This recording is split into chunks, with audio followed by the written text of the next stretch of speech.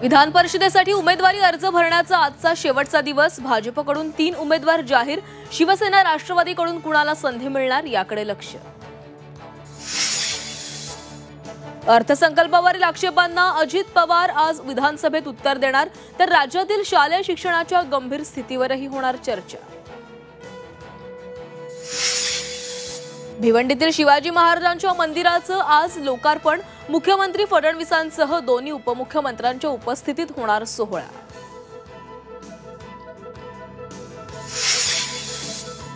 छत्रपती शिवाजी महाराजांची तिथीनुसार आज 395वी जयंती।